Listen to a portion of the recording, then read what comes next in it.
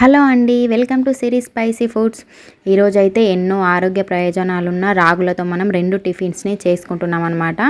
అవైతే పొంగడాలు, ఇడ్లీలు అనమాట. లేట్ చేయకుండా రాగులతో అయితే మనం ఈజీగా ఎలా పొంగడాలని, ఇడ్లీలను ప్రిపేర్ చేసుకోవాలో చూసేసుకుందాము. ముందుగా అయితే మనం రాగులని నానబెట్టుకోవాలన్నమాట. మనం మార్నింగ్కి టిఫిన్ ప్రిపేర్ చేస్తాం కాబట్టి మనం ఒక 1 డే ముందు మార్నింగే ఇవైతే నానబెట్టేసుకోవాలి.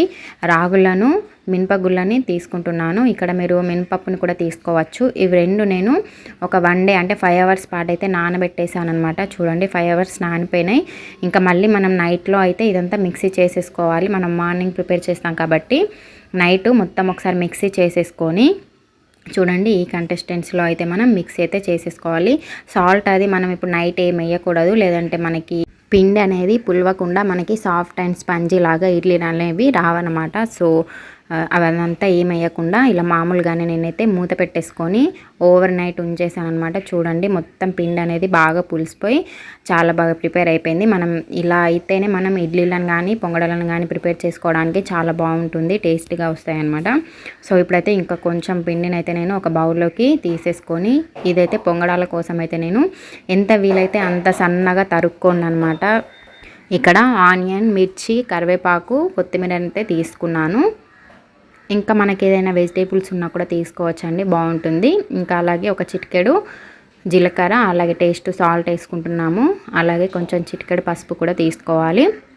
మనం ఆల్రెడీ చట్నీ ప్రిపేర్ చేసుకుంటాం కాబట్టి సాల్ట్ అనేది చూసుకొని వేసుకోవాలండి. మనకి ఇక్కడ క్యారెట్స్ కానీ ఇంకే వెజిటేబుల్స్ అయినా కానీ మనం ఇక్కడ తీసుకుంటే చాలా బాగుంటుంది. ఇలా ఒకసారి మొత్తం మిక్స్ చేసేసుకోవాలి.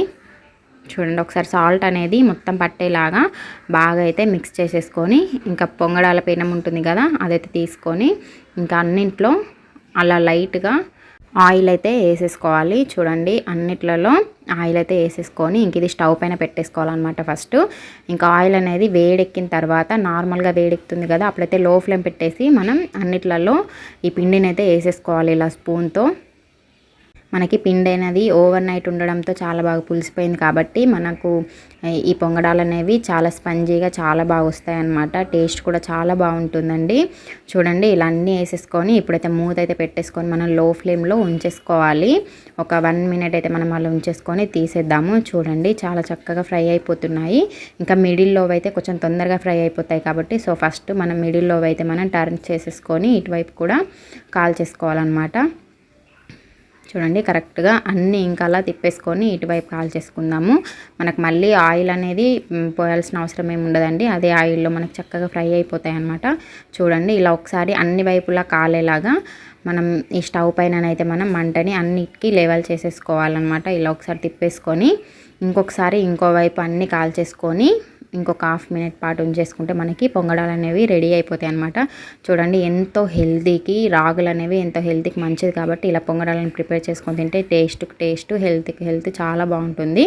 ఇంక ఇప్పుడైతే ఇడ్లీలను ఎలా ప్రిపేర్ చేసుకోవాలో చూసుకుందాము. ముందుగా అయితే అటుకులను నానబెట్టుకొని ఇలా పేస్ట్ అయితే చేసుకున్నానండి. సన్నం అటుకులు, ఏ అటుకులైనా పర్లేదు. ఇంకా ఒక 1 అవర్ పాటు అలా నానబెట్టేసుకొని పేస్ట్ చేసుకొని మనం ఈ రాగి పిండిలోకి అయితే తీసుకున్నాము. అలాగే కొంచెం సాల్ట్ కూడా తీసుకోవాలి. ఇదంతా ఒకసారి మిక్స్ అనేది చేసేసుకోవాలన్నమాట. మనం సేమ్ మనం పొంగడాలకి ఏ పిండి అయితే తీసుకున్నామో అదే పిండిలో అటుకుల పేస్ట్ని యాడ్ చేసామన్నమాట. అంతే. ఇంక ఇప్పుడైతే మనం ఇది ఇడ్లీ పెనంలోకి తీసేసుకోవాలి.